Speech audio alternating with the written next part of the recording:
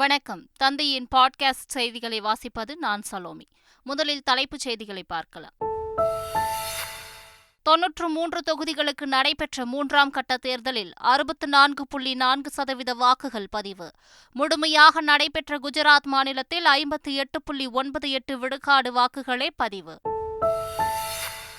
பாலியல் வன்கொடுமை வழக்கில் தேடப்பட்டு வரும் பிரஜ்வால் ரேவண்ணாவுக்கு எதிராக ப்ளூ கார்னர் நோட்டீஸ். கர்நாடக அரசுக்கு தகவல் கொடுத்தது சிபிஐ. நெல்லை மாவட்ட காங்கிரஸ் நிர்வாகி ஜெயக்குமார் கொலை செய்யப்பட்டாரா? கழுத்தை சுற்றி இரும்பு கம்பிகள், கை கால் பகுதிகள் கம்பியால் கட்டப்பட்ட நிலையில் ஜெயக்குமாரின் சடலம். வெளியானது புகைப்படம். கல்லூரி மாணவிகளை தவறாக வழிநடத்திய வழக்கின் தண்டனையை எதிர்த்து பேராசிரியை நிர்மலா தேவி தரப்பில் மேல்முறையீடு. உயர்நீதிமன்ற மதுரை கிளையில் இன்று விசாரணை. தனது அறக்கட்டளை மூலம் திருவாரூர் மாவட்டம் கடகம்பாடியில் உள்ள விவசாயிகளுக்கு டிராக்டர்களை வழங்கிய நடிகர் ராகவா லாரன்ஸ். முழுக்க முழுக்க சேவை மட்டுமே, அரசியலுக்காக அல்ல எனவும் விளக்கம். ஐபிஎல் தொடரின் 56வது லீக் போட்டியில் டெல்லி அணி அபார வெற்றி. ராஜஸ்தானை 20 ரன்கள் வித்தியாசத்தில் வீழ்த்தி அசத்தல்.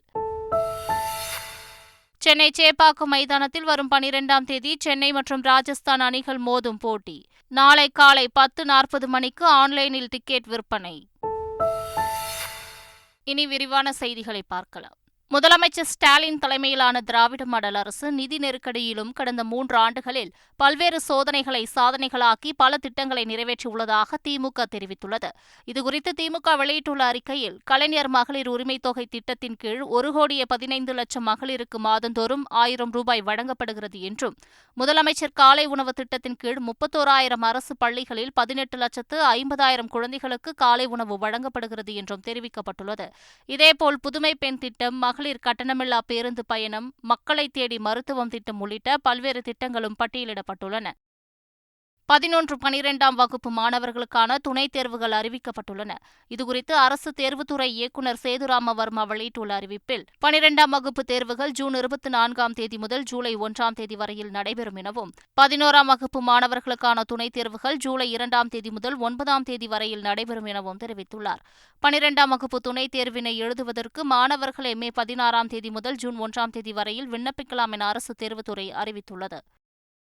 தத்தெடுப்பு பிரமாண பத்திரம், ஒப்பந்தம், பொது அதிகாரம் உள்ளிட்ட பல்வேறு செயல்பாடுகளுக்கான முத்திரை கட்டணத்தை தமிழக அரசு பல மடங்கு உயர்த்தி அதற்கான சட்டத்தில் திருத்தங்களை செய்துள்ளது. இந்த திருத்தங்கள் அமலுக்கு வந்துள்ள நிலையில் இது தொடர்பான அறிக்கையை தமிழக அரசிதழில் வெளியிடப்பட்டுள்ளது. தத்தெடுப்பு கட்டணம் 1,000 ரூபாயாகவும், பிரமாண பத்திரம், ஒப்பந்த கட்டணம் 200 ரூபாயாகவும் உயர்த்தப்பட்டுள்ளது. இதேபோல் சங்கப்பதிவு, கிரயம் ரத்து, பாக பிரிவினை ஆகியவற்றிற்கான கட்டணமும் உயர்த்தப்பட்டுள்ளது.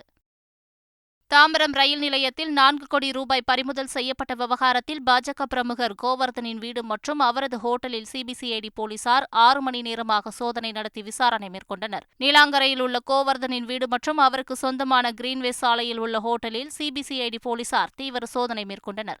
சுமார் 6 மணி நேரம் பாஜக பிரமுகர் கோவர்தன் மற்றும் அவரது மகன் கிஷோரிடம் சிபிசிஐடி போலீசார் விசாரணை நடத்தி வாக்குமூலம் பெற்றனர். தமிழ்நாட்டில் முதல் முறையாக மிதவை உணவக கப்பல் விரைவில் மக்கள் பயன்பாட்டுக்கு வர உள்ளது.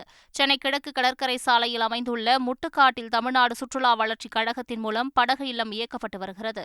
சுற்றுலா பயணிகளை ஈர்க்கும் வகையில் பிரம்மாண்டமான 2 அடுக்கு மிதக்கும் உணவக கப்பல் பயணம் தொடங்கப்பட உள்ளது.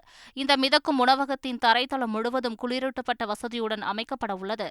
முதல் தளம் திறந்தவெளி தளமாகவும், சுற்றுலா பயணிகள் மேல் தளத்தில் அமர்ந்து உணவு உண்டு பயணிக்கும் வகையில் வடிவமைக்கப்பட்டுள்ளது.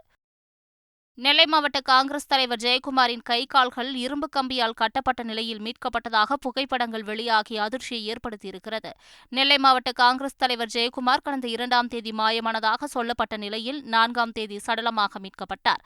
இதனிடையே சடலமாக ஜெயக்குமார் மீட்கப்பட்ட போது அவரின் உடலில் இரும்பு கம்பிகள் கட்டப்பட்டிருப்பது போன்ற படங்கள் வெளியாகி அதிர்ச்சியை ஏற்படுத்தியிருக்கிறது. அவரின் தலை, கை, கால்கள் உள்ளிட்ட இடங்கள் கம்பியால் சுற்றப்பட்டிருக்கும் போது ஜெயக்குமார் கொலை செய்யப்பட்டாரா என்ற கேள்வி எழுந்திருக்கிறது. நெல்லை கிழக்கு மாவட்ட காங்கிரஸ் தலைவர் மர்ம மரண வழக்கில் ஜெயக்குமாரின் பிரேத பரிசோதனை முடிவு குறித்து வெளியான தகவல்கள் அதிர்ச்சியை ஏற்படுத்தியுள்ளது. ஜெயக்குமாரின் வாய்ப்பகுதியில் பாத்திரம் கழுவ பயன்படுத்தும் இரும்பு கம்பியும், தொண்டை பகுதியில் இரும்பு துகள்களும் கிடந்ததாக தகவல் வெளியாகியுள்ளது. ஜெயக்குமாரின் மரணம் தற்கொலையா, கொலையா என தற்போது வரை உறுதி செய்யப்படாத நிலையில் இந்த தகவல்கள் பரபரப்பை ஏற்படுத்தியுள்ளது. இந்நிலையில் உடற்கூறாய்வு முடிவுகளை மேலும் உறுதிப்படுத்துவதற்காக சென்னையில் உள்ள உயர்மட்ட மருத்துவக் குழுவிற்கு உடற்கூறாய்வு அறிக்கையை போலீசார் அனுப்பி வைத்துள்ளதாகவும் கூறப்படுகிறது. மலேசியாவில் உயிரிழந்த கணவரின் உடலை தாயகம் கொண்டுவர நடவடிக்கை எடுக்க கோரி மனைவி மற்றும் மகள் ராமநாதபுரம் ஆட்சியரிடம் மனு அளித்தனர். பரமக்குடியை அடுத்த சரஸ்வதி நகரை சேர்ந்த தெய்வானை என்பவரது கணவர் ராமையா மலேசியாவில் கூலி வேலை பார்த்து வந்தார். இந்நிலையில் அவர் இறந்துவிட்டதாக தகவல் வந்துள்ளது. இதனால் பதறிய மனைவி மற்றும் மகள் ராமையாவின் உடலை மீட்டு தமிழ்நாடு கொண்டுவர நடவடிக்கை எடுக்க கோரி மாவட்ட ஆட்சியரிடம் கண்ணீர் மல்க மனு அளித்தனர். கோவை சிறையில் சவுக்கு சங்கர் தாக்கப்பட்டாரா என்பது குறித்து விசாரணை நடத்தப்பட வேண்டும் என அதிமுக பொதுச் செயலாளர் எடப்பாடி பழனிசாமி தனது சமூக வலைதள பக்கத்தில் பதிவிட்டுள்ளார். சவுக்கு சங்கர் தெரிவித்த கருத்துகள் தவறானதாக இருந்தால் சட்டப்படி நடவடிக்கை எடுக்கலாம் எனவும், கோவை சிறையில் அவர் கடுமையாக தாக்கப்பட்டுள்ளதாக வழக்கறிஞர் தெரிவித்த நிலையில் சவுக்கு சங்கர் தாக்கப்பட்டாரா என்று நீதிபதி ஒருவர் மூலம் விசாரணை நடத்த வேண்டும் என்று வலியுறுத்தியுள்ளார். சவுக்கு சங்கர் தாக்கப்படவில்லை என்றும் மனித உரிமைகளை பேணுவதில் தீவிர கவனம் செலுத்தி வருவதாகவும் தமிழக சிறைத்துறை விளக்கம் அளித்துள்ளது. கோவை சிறையில் அடைக்கப்பட்டுள்ள சவுக்கு சங்கர் மீது தாக்குதல் நடத்தப்பட்டதாகவும், கண்ணை கட்டி பிளாஸ்டிக் பைப்பால் சிறை காவலர்கள் தாக்கியதாகவும் அவரது வழக்கறிஞர் கோபாலகிருஷ்ணன் நேற்று கூறிய தகவல் சமூக வலைதளத்தில் வைரலானது. இந்த தகவலை தமிழக சிறைத்துறை திட்டவட்டமாக மறுத்துள்ளது. யூடியூபர் சவுக்கு சங்கரின் தாயார் சென்னை உயர்நீதிமன்றத்தில் ஆட்கொணர்வு மனு தாக்கல் செய்துள்ளார். தேனியில் சவுக்கு சங்கரை கைது செய்த கோவை சைபர் கிரைம் போலீசார் கோவை நீதிமன்றத்தில் ஆஜர்படுத்தி கோவை சிறையில் அடைத்தனர். சிறையில் அவர் சித்திரவதைக்கு உள்ளாக்கப்படுவதாகவும், மனித உரிமை மீறப்படுவதாகவும் அவரது வழக்கறிஞர் தெரிவித்திருந்தார். இந்நிலையில் சவுக்கு சங்கரின் தாயார் சார்பில் சென்னை உயர்நீதிமன்றத்தில் ஆட்கொணர்வு மனு தாக்கல் செய்யப்பட்டுள்ளது. யூடியூபர் சவுக்கு சங்கர் மீது மேலும் 2 வழக்குகளை காவல்துறையினர் பதிவு செய்துள்ளனர். தமிழக பெண் காவலர்களை யூடியூபர் சவுக்கு சங்கர் இழிவுபடுத்தி பேசியதாக கூறி தமிழர் முன்னேற்றப்படை தலைவர் வீரலட்சுமி சென்னை சைபர் கிரைம் போலீசாரிடம் புகார் அளித்துள்ளார். இதேபோன்று பெண் பத்திரிகையாளர் சந்தியா ரவிசங்கரும் சவுக்கு சங்கர் தன்னை குறித்து இணையத்தில் அவதூறாக பதிவிட்டதாக கூறி புகார் அளித்துள்ளார். இந்த 2 புகார்கள் மீதும் வழக்கு பதியப்பட்டுள்ளது. இந்த 2 வழக்குகளிலும் சவுக்கு சங்கரை கைது செய்ய சென்னை போலீசார் திட்டமிட்டுள்ளனர். நடிகர் தனுஷின் 50வது படமான ராயன் திரைப்படத்தை தனுஷே இயக்கி நடித்து வருகிறார். இந்த படத்தில் S.J. சூர்யா, செல்வராகவன், பிரகாஷ் ராஜ், துஷாரா விஜயன், அபர்ணா பாலமுரளி, வரலட்சுமி உள்ளிட்டோர் நடித்து வருகின்றனர். இந்நிலையில் வரும் ஜூன் மாதத்தில் ராயன் திரையரங்குகளில் வெளியாக உள்ளதாக படக்குழு அறிவிப்பு வெளியிட்டுள்ளது. மேலும் A.R. ரஹ்மான் இசையில் உருவாகியுள்ள படத்தின் முதல் பாடல் வரும் மே 9ஆம் தேதி வெளியாகும் என்றும் படக்குழு தெரிவித்துள்ளது. கோடை வெயில் சுட்டெரித்து வரும் நிலையில் சென்னையில் வாகன ஓட்டிகளுக்கு நிழல் தரும் வகையில் மாநகர சாலைகளில் உள்ள சிக்னல்களில் பசுமை பந்தலை அமைக்க மாநகராட்சி திட்டமிட்டுள்ளது. முதல் கட்டமாக ஈவேரா பெரியார் சாலை, ராஜா முத்தையா சாலை சந்திப்பு, அண்ணாநகர் ரவுண்டானா, நியூ ஆவடி சாலை 3வது அவென்யூ, கீழ்ப்பாக்கம் சேத்துப்பட்டு போக்குவரத்து சிக்னல், அடையாறு LB சாலை, திருவான்மியூர் சந்திப்பு, அடையாறு சந்திப்பு, OMR சந்திப்பு ஆகிய இடங்களில் பசுமை பந்தல்கள் அமைக்கப்பட உள்ளன. பசுமை பந்தல் சாயாத வகையில் உருவாக்க நடவடிக்கை எடுக்கப்பட்டுள்ளது. மோகன்லால் முதன்முதலாக இயக்கிய திரைப்படமான பரோஸ் 5 ஆண்டு காத்திருப்புக்கு பின் ஓணம் பண்டிகையின் போது வெளியாகிறது. 3D வடிவில் தயாரிக்கப்பட்ட முதல் இந்திய திரைப்படமான மைடியர் குட்டிச்சாத்தான் படத்தை இயக்கிய ஜிஜோ என்பவரின் அடிப்படையாக கொண்டு இந்த படத்தை மோகன்லால் இயக்கியுள்ளார். வெளிநாட்டை சேர்ந்தவர்களும் நடித்துள்ள இந்த திரைப்படத்தின் இறுதிக்கட்ட பணிகள் ஹாலிவுட் சோனி ஸ்டுடியோவில் நடைபெற்று வருகிறது. புஷ்பா படம் தன்னுடைய திரையுலக வாழ்க்கையில் எந்தவித தாக்கத்தையும் ஏற்படுத்தவில்லை என நடிகர் ஃபஹத் ஃபாசில் தெரிவித்துள்ளார். புஷ்பா படத்தில் காவல்துறை அதிகாரியாக நடித்திருந்தார் ஃபஹத் ஃபாசில். இதனிடையே அந்த படத்தின் 2ஆம் பாகம் தயாராகி வரும் நிலையில் இந்த படம் குறித்து மனம் திறந்திருக்கிறார் ஃபஹத் ஃபாசில். பான் இந்தியா திரைப்படங்கள் தனக்கு எந்த விதத்திலும் கை கொடுக்கவில்லை என்றும், அதிலும் புஷ்பா படம் தனக்கு தாக்கத்தை ஏற்படுத்தவில்லை என கூறியிருக்கிறார். இயக்குநர் சுகுமாரின் விருப்பத்திற்காகவே புஷ்பா படத்தில் நடித்தேன் என்றும் ஃபஹத் ஃபாசில் கூறியிருக்கிறார். அறக்கட்டளையின் வாயிலாக உதவி செய்வது முழுக்க முழுக்க சேவை மட்டுமே என்றும், அரசியலுக்காக செய்யவில்லை என்றும் நடிகர் ராகவா லாரன்ஸ் தெரிவித்துள்ளார். நடிகர் ராகவா லாரன்ஸ் மாற்றம் என்ற பெயரில் விவசாயிகளுக்கு டிராக்டர் வழங்கும் சேவையை நடத்தி வருகிறார். அந்த வகையில் திருவாரூர் மாவட்டம் கடகம்பாடி பகுதியில் விவசாயிகளுக்கு டிராக்டரை வழங்கினார். தொடர்ந்து செய்தியாளர்களிடம் பேசிய அவர், அறக்கட்டளையின் வாயிலாக உதவி செய்வது முழுக்க முழுக்க சேவை மட்டுமே என்றும், அரசியலுக்காக செய்யவில்லை என்றும் தெரிவித்தார். விதவி பெண்கள் நிறைய தையல் மிஷின் கேட்குறாங்க. எங்களுக்கு பணம்லாம் தேவையில்லை, தையல் மிஷின் மிஷின் வாங்கி கொடுங்க, எங்கள் வாழ்வாதாரத்தை நாங்கள் பார்த்துக்குறோன்னு. சார் ஒரு 500 தையல் மிஷின் பிளான் பண்ணுறேன் நெக்ஸ்ட்டு. அரசியல் பயணம் தலைவா, மாற்றம் போதுமென்ற எண்ணம், தன்னலமற்ற சேவை, சேவையே கடவுள், வாழ்வோம் வாழ வைப்போம், இதுவே தர்மம்னு சொல்லிட்டோம். இதில் எங்கேயுமே அரசியல்லாம் இல்லை. இது ஒன்று முழுக்க சேவை தலைவா, அவ்வளோதான். தண்டனையை ரத்து செய்ய கோரி பேராசிரியை நிர்மலா தேவி தாக்கல் செய்த மேல்முறையீட்டு மனு உயர்நீதிமன்றத்தில் இன்று விசாரணைக்கு வரவுள்ளது.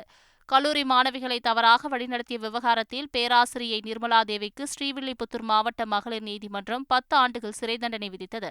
இந்த தீர்ப்பை எதிர்த்து உயர்நீதிமன்ற மதுரை கிளையில் நிர்மலா தேவி தரப்பில் மேல்முறையீட்டு மனு தாக்கல் செய்யப்பட்டுள்ளது. முஸ்லிம் இடஒதுக்கீடு தொடர்பாக கர்நாடக பாஜக சமூக வலைதளமான எக்ஸ் பக்கத்தில் பகிர்ந்த அனிமேஷன் செய்யப்பட்ட வீடியோவை உடனடியாக நீக்குமாறு எக்ஸ் நிறுவனத்திற்கு தேர்தல் ஆணையம் உத்தரவு பிறப்பித்துள்ளது. பட்டியலினத்தவர், பழங்குடியினர் மற்றும் இதர பிற்படுத்தோரின் இடஒதுக்கீட்டை பறித்து இஸ்லாமியர்களுக்கு காங்கிரஸ் கட்சி வழங்க நினைப்பதாக பிரதமர் மோடி தொடர்ந்து குற்றம் சாட்டி வருகிறார். அதனை சித்தரிக்கும் விதமாக கர்நாடக பாஜக வெளியிட்டுள்ள அனிமேஷன் வீடியோ எக்ஸ் தளத்தில் பகிரப்பட்டது. பாலியல் வன்கொடுமை வழக்கில் தேடப்பட்டு வரும் பிரஜ்வால் ரேவண்ணாவுக்கு ப்ளூ கார்னர் நோட்டீஸ் வழங்கியிருப்பதாக கர்நாடக சிறப்பு புலனாய்வு அமைப்புக்கு சிபிஐ தகவல் தெரிவித்துள்ளது.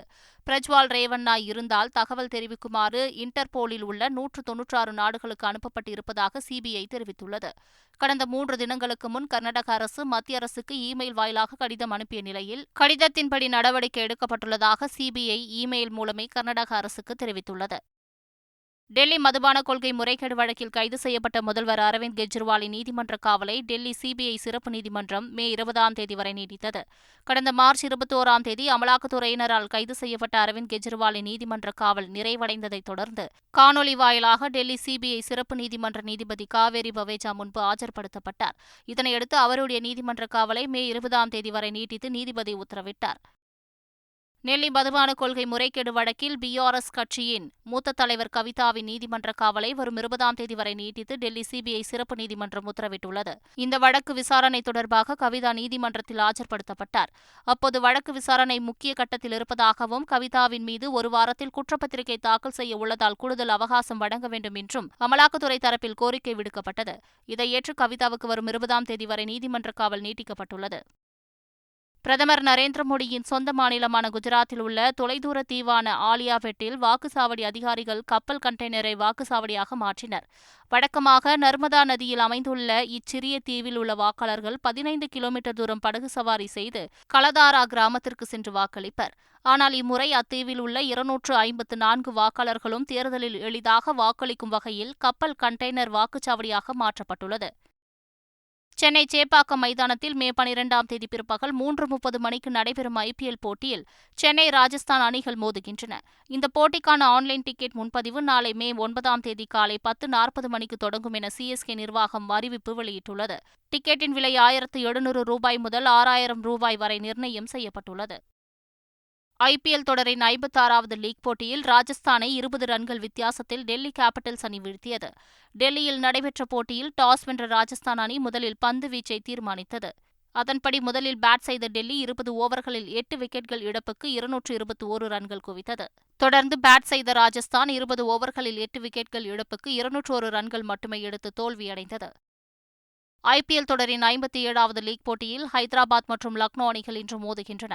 ஹைதராபாத்தில் உள்ள ராஜீவ்காந்தி மைதானத்தில் இன்று இரவு 7:30 மணிக்கு போட்டி தொடங்குகிறது. 2 அணிகளும் 12 புள்ளிகளை பெற்றிருந்தாலும் ரன் ரேட் அடிப்படையில் ஹைதராபாத் 4வது இடத்திலும் லக்னோ 6வது இடத்திலும் உள்ளன.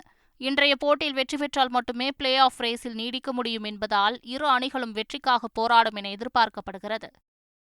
மீண்டும் தலைப்புச் செய்திகள். 93 தொகுதிகளுக்கு நடைபெற்ற 3ஆம் கட்ட தேர்தலில் 64.4% வாக்குகள் பதிவு. முழுமையாக நடைபெற்ற குஜராத் மாநிலத்தில் 58.98 விழுக்காடு வாக்குகளே பதிவு. பாலியல் வன்கொடுமை வழக்கில் தேடப்பட்டு வரும் பிரஜ்வால் ரேவண்ணாவுக்கு எதிராக ப்ளூ கார்னர் நோட்டீஸ். கர்நாடக அரசுக்கு தகவல் கொடுத்தது சிபிஐ. நெல்லை மாவட்ட காங்கிரஸ் நிர்வாகி ஜெயக்குமார் கொலை செய்யப்பட்டாரா? கழுத்தை சுற்றி இரும்பு கம்பிகள், கை கால் பகுதிகள் கம்பியால் கட்டப்பட்ட நிலையில் ஜெயக்குமாரின் சடலம். வெளியானது புகைப்படம். கல்லூரி மாணவிகளை தவறாக வழிநடத்திய வழக்கின் தண்டனையை எதிர்த்து பேராசிரியை நிர்மலா தேவி தரப்பில் மேல்முறையீடு. உயர்நீதிமன்ற மதுரை கிளையில் இன்று விசாரணை.